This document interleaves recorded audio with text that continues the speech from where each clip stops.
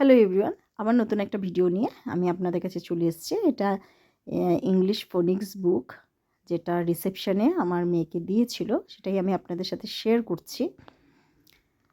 তো ইউকেতে আমি আগেই বলেছি, সপ্তাহে 2-3টে করে ওদের ইয়ার ওয়ানে বুকস দেয়, আর এটা হলো রিসেপশনের বুক।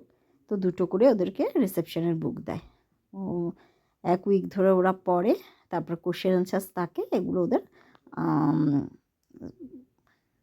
বুঝে ঠিক মতন আনসার করতে হয়।